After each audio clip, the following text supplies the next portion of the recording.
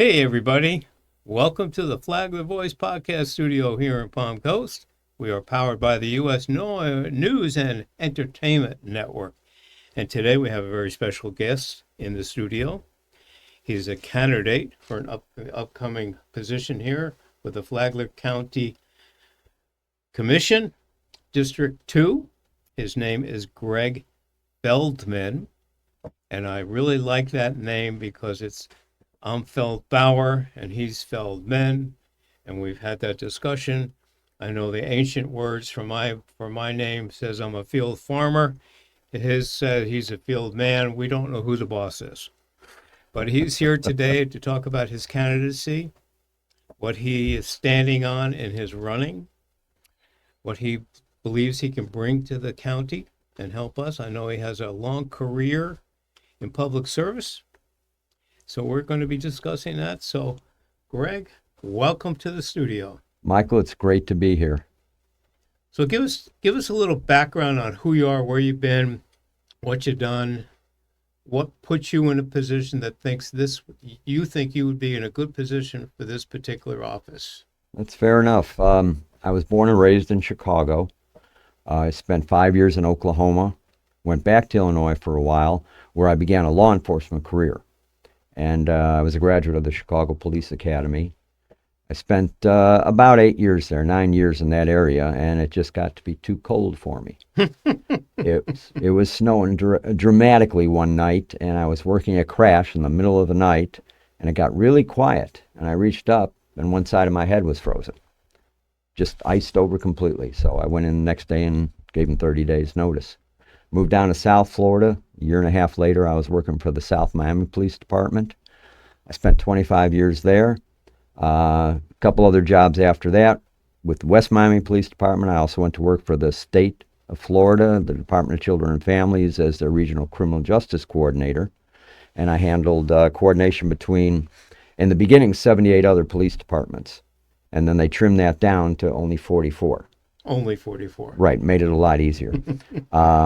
And then I ultimately, we wound up buying property here in the early 2000s and building a house here, and I came up here permanently, and I've been up here since. Excellent, excellent. Well, we have somebody else in the studio with us today who has a little bit of background in what it takes to run for an office. And we'll bring Alan in to talk to you and if he's got any questions for Greg. Alan? Well, first, thank you for coming in today. I think all candidates that are running for an office should come in, get their word out, but become known so that we can have better educated voters. So I appreciate you coming in. Thank you for coming in. Happy to be here. So I've run for office a few times. I then, that was when I had a mental slip. I've healed. And I'm wondering why you are actually running for office in your own words. Alan, I do get that quite often. Why are you doing this? And I will be very candid and tell you that I'm not one of these professional polished candidates. I tried it once before. I wasn't successful, but I was able to get myself established a little bit quicker, know what was going on a little bit more accurately within the county. And I've been involved in a lot of different things since. Everything from the Flagler Tiger Bay Club to Crime Stoppers to the Volusia Flagler Transportation Planning Organization, and many more. And I've watched what has been going on for quite a while now, both in the city of Palm Coast, even though I don't live there, and also in the county. Do I think we're on the right track? Sometimes. But we should be on the right track all the time. We owe that to everybody who lives there. I live here. You live here.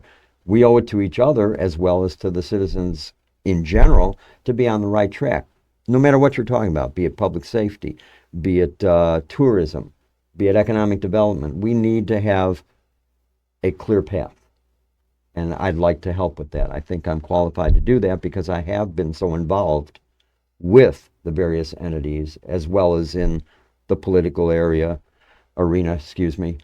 as well as with charitable organizations, and I would like to just step forward and make a difference. And this is, so people understand, this is my last stop. I'm not going to the commission so I can go to Tallahassee or the Senate or anything. There are those that are running that have those aspirations. And you know what? That's great for them. just be upfront about it. Make it known. I'm telling everybody right here and right now, this is my last stop. I'm of the age where I don't need to look forward to 10 years or 12 years or 15 years or whatever it is in Tallahassee or the U.S. Congress. This is it for me. I just want to make our world where we live a little bit better. That's awesome. So tell me then, Go ahead, sorry. you had, you said earlier that you eventually made your way down to 40 some odd units that you were in charge of. Yeah. So you're used to working with multiple departments, multiple department heads, and keeping everything organized and together? Absolutely. When I was with the state, we had a mission.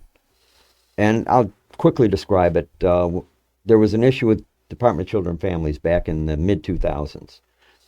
Children were going missing from care and custody. There were 2 or 3 of them were murdered. And the state was unaware sometime. For one case, I think it was 9 months before they were even aware it happened. And there was a big change at the leadership, and a gentleman by the name of Bob Butterworth, who had been the Attorney General for Florida, had been Sheriff of Broward, he was a judge, etc. Very, very well-qualified gentleman, was appointed by the governor to oversee and change around the makeup of Department of Children and Families. As Bob put it, he said, we can no longer have this. This is done. And his number 2 is a gentleman named George Sheldon, who was also his Assistant Attorney General, and was Attorney General. And George brought me in.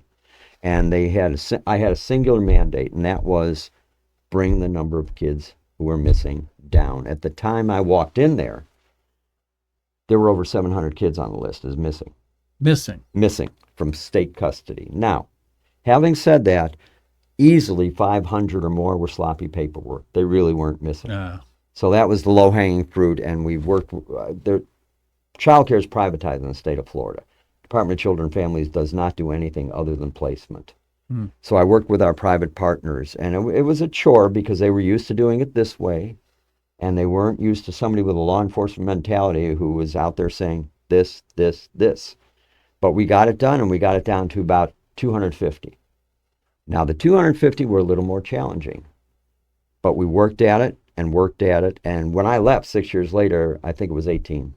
You were down to 18? Yes, and that's not me. That was just me motivating, but it was the people in the trenches doing the work and getting out there and finding the kids and doing the reports, bringing their paperwork up. It was all of those folks. I was just a cheerleader and the coordinator. They did the real work. Well, so you need to have a bullwhip leader in order to organize a large group of people in order to get that work done. So you know, you might be being humbled right now, but well, I think you did a great job. They did wonderful, and I thank you for that compliment.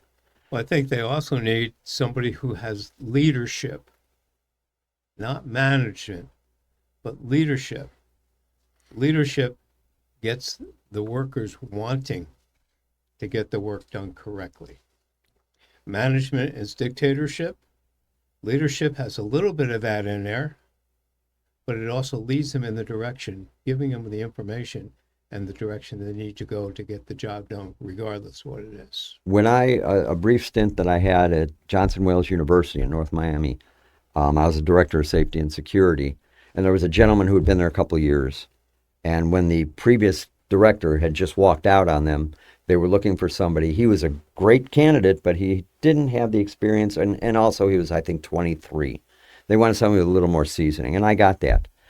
And to your point, the first day I was there, we introduced each other, we were talking, and I brought him in, and I said, listen to me.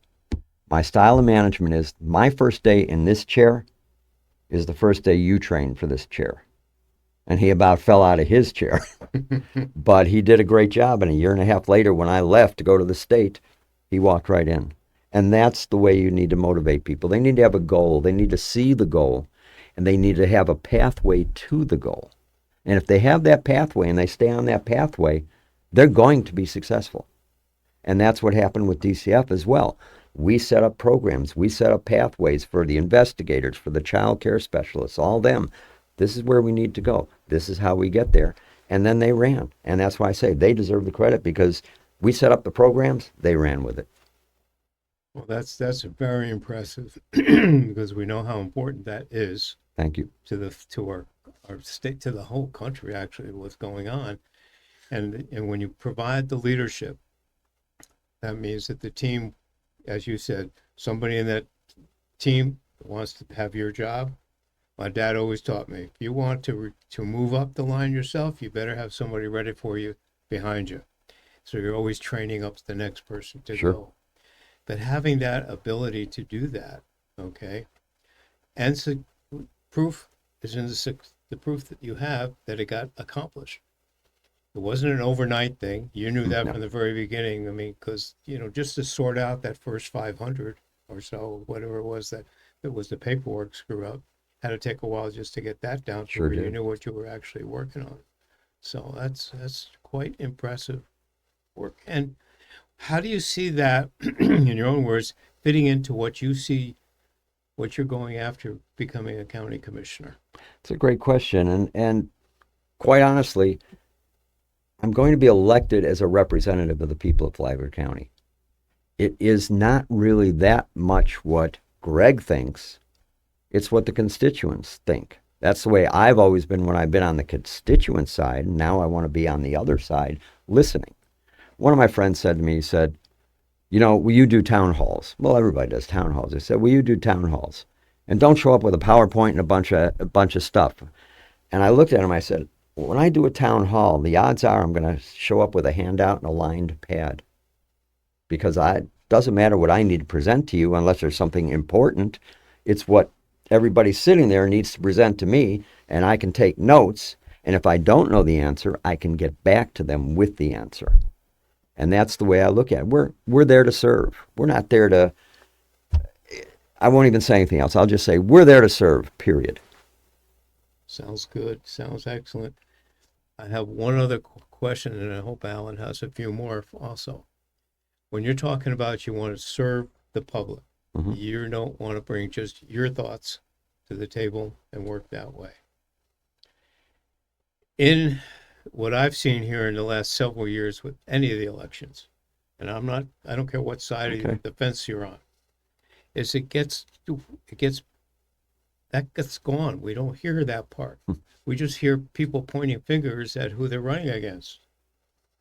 Instead of just promoting what you can do, what you feel your benefits are, they'll try to dispromote who they're running against instead of spending those efforts. So what's your theory? What's your thinking on that type of campaign? I can really sum it up, Michael, very simply.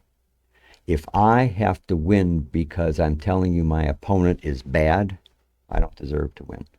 I need to win because I'm telling you about me and you like what you hear. It's as simple as that. I have nothing else. That's it. Yeah. Alan.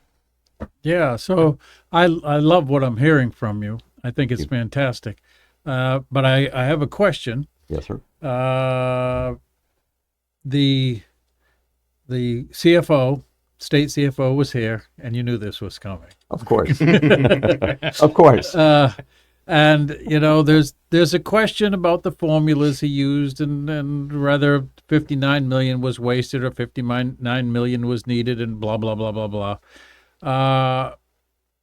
But what's your take on the fiscal responsibility that you will assume, because you are going to be, in one of five in charge of putting together or approving a budget for the entire county. Right. And so there's been a question thrown up in the air that maybe it's not being done as accurately or maybe as tightly, a tight run ship as it could be.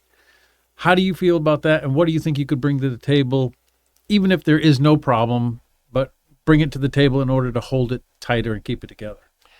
Well, that's a multi-pronged question. So I'm going to yes, try to, if I miss a prong, feel free to bring me back to it. But the first thing I will say is Mr. Ingolio was here. I was at the conference. He put out a lot of information about a certain formula or a certain procedure to arrive at his numbers, and then asked if any questions from the press and then walked out.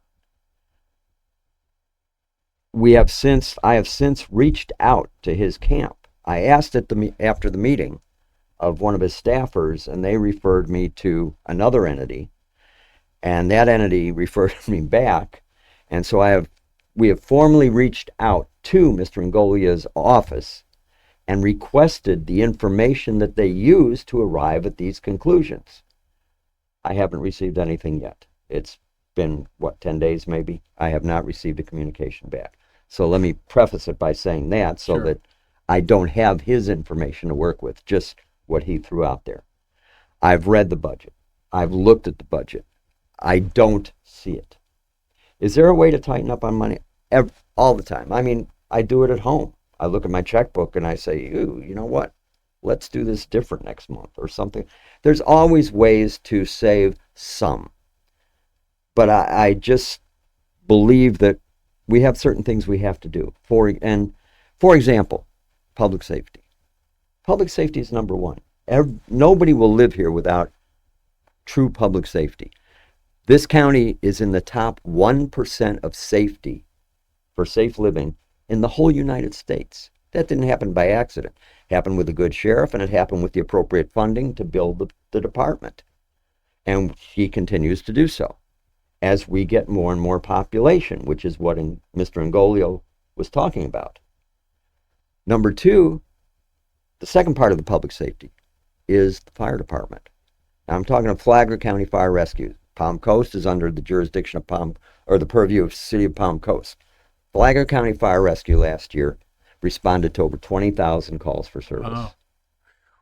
Of those 20,000, more than 15,000 were medical. And that's serviced by 9 rescue units. Now, this is where I have to do a disclaimer. Both of my sons are Flagler County firefighter paramedics. But this isn't about them. This is about the whole agency. This is about how paramedics can handle 16, 17 runs in a 24-hour period. And what people need to understand is that's not just driving over, throw them in the rig, take them to the hospital, head out. You stabilize them, you put them in your unit, you take them to the hospital, then you have to speak to either a doctor or a nurse to give them the rundown, give them the information. Now, if somebody bled or if they threw up or something in the unit, now you got to go outside and clean and sterile the unit. So when you have 18 runs or 16 runs or 12 runs in 24 hours, you haven't stopped. You're lucky if you get a meal. You just haven't stopped. So Chief Tucker, who I've spoken with, Chief Tucker from the fire department, has a plan, and we didn't need to make sure that that is appropriately funded. Because as our population increases, the number of calls for service obviously increase. So we need to care about that. The budget itself, we have a staff. If the staff has direction, and it doesn't matter who it is, and let me backtrack and just say that the sheriff is a constitutional officer.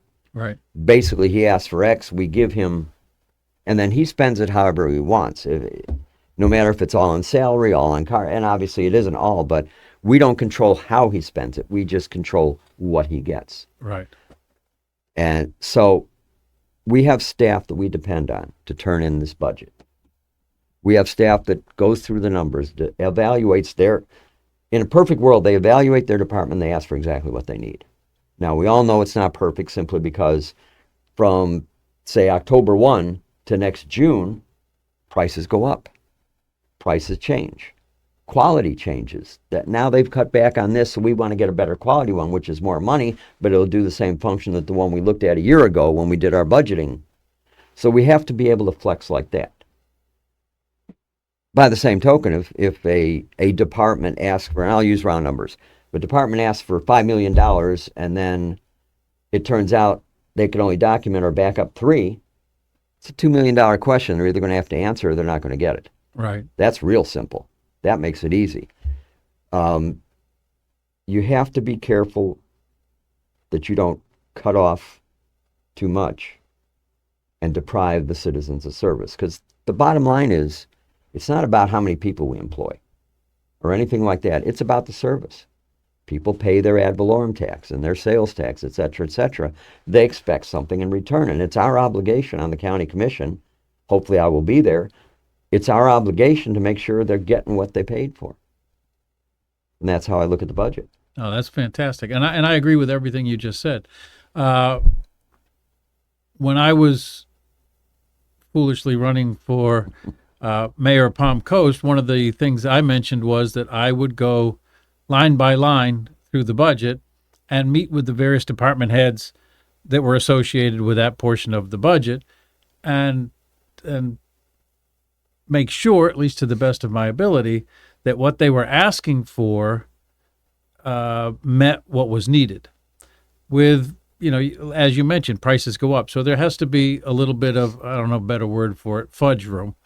So because of Inflationary impact. inflationary impact, there you go. Because it's going to go up between assuming what the budget's going to be and what the budget ends up being and where it ends a year away. Things are going to go up. Everything's going up. And it's going to go up sometimes with unexpected reasons, like we have the situation in Iran right now. Mm-hmm. A few years ago we had COVID. You can't predict it perfectly, but would you go through the budget line item and meet with the various department heads, as I just mentioned, to make sure that what they're saying and what they need, to the best of your ability, would be what's being requested? More than likely, yes. More than likely, I would ask to meet with them. However, let me say that I respect the chain of command. I respect the process. If I'm going to sit down with a department head and discuss their line by line or their budget period, I want the county administrator or the deputy county administrator in there with me, because I'm not usurping them. Sure. I'm not going behind their back. I'm not undercutting them. I want them there so that they know what we discussed, so they don't feel like I'm forcing them to sit on the sidelines. I want them to know we're going to have a discussion. They may have information that even the department head doesn't have, and they can give me that information. But I respect the process, and I respect the chain of command. So you'd be working it as a team That would be instead great. of you going in one-on-one. Well, since the county administrator works directly for the commission, I'm sure that he or she will be there when I ask. I think that's awesome. That's a great way of approaching it. Wow, that's fantastic. I don't understand some of the stuff that you guys have been talking about because I haven't been involved in that back end. As a citizen of Flagler County, though, I am concerned about how lots of our rates have gone up. And being able to understand the difference between county rates going up and what they're providing, and the city of Palm Coast where I live, what that's going. Sometimes there's a fine line there that you just don't get it. But having candidates that say once they get to that position that they're willing to take those steps, and I kiddingly but not really ask you a question, and I asked the same question to Alan in relationship to something else when he was running the first time.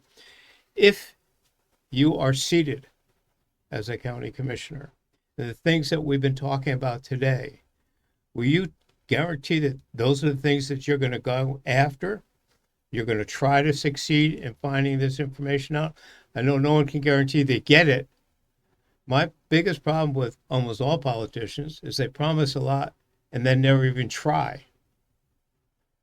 Okay? You can't guarantee success, but I want to hear you say on here, because it'll be a verbal contract that you have with it, Okay. that you will try regardless.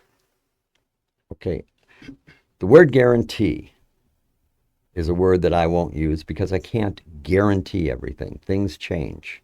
However, I will tell you that everything that I said in the previous question and answer is where my guiding principles are. And my principles have been built over 46 years in law enforcement, which has been at times a very difficult job, sometimes easy and great, sometimes very difficult, a lot of snap, last minute, dire decisions that have to be made. And so that's kind of what guides me with regard to what you're asking. I can't make a guarantee. I don't know what's going to happen. I might receive information that's confidential that I can't give to anyone else. And yet I might make it might influence a decision that aggravates people. However, if I have that information, I've for whatever legal reason or whatever, I can't divulge it. I just have to make that decision. And you know what? If you're mad at me, you can tell me, and it'll roll right off, because I'm doing what I have to do, not necessarily what I want to do. I gotcha. And as today we're getting close to the end of this particular interview, what would you like to leave this interview with this audience out there to know about you that maybe we don't, or to know what your thoughts are on something that we're unaware of, that you can let people know? That's an awesome chance to make a statement. And the statement I'll make is that everything I've said today is the real me. You didn't see me pull out a canned speech or something written out, And we had no script. You had no idea. script at all.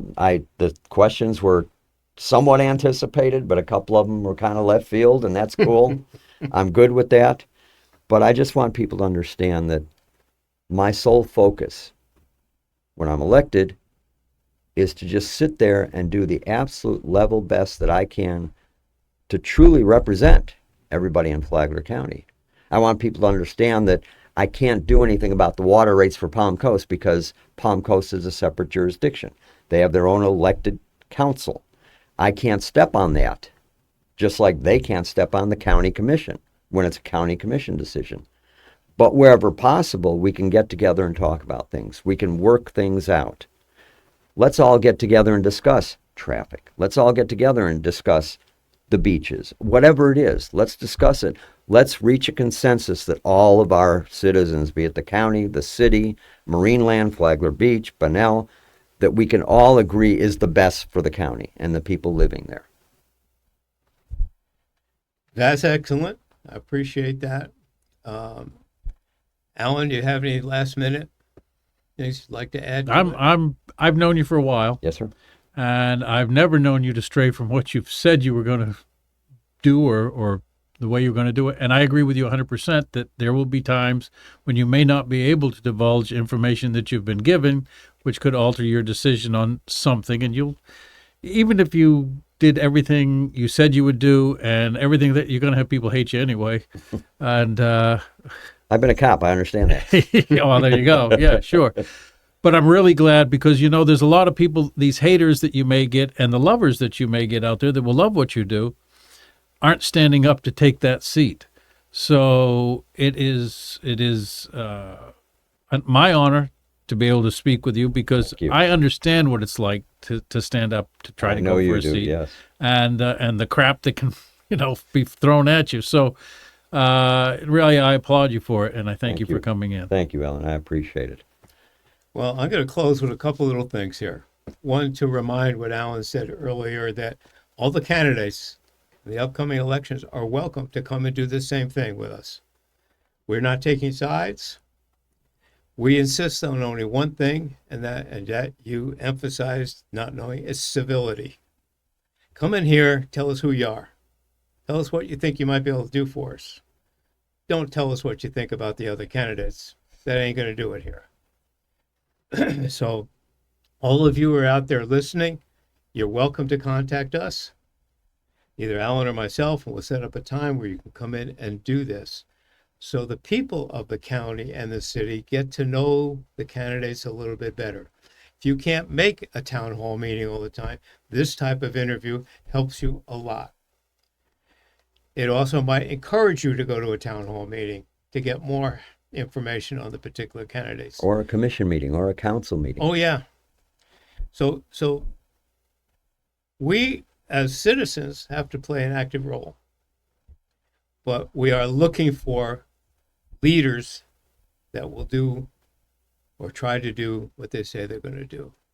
So everybody, thank you for joining us today. This is Mike Feldbauer and Alan Lowe at the Flagler Voice Podcast Studios, being powered by the U.S. News and Entertainment Network.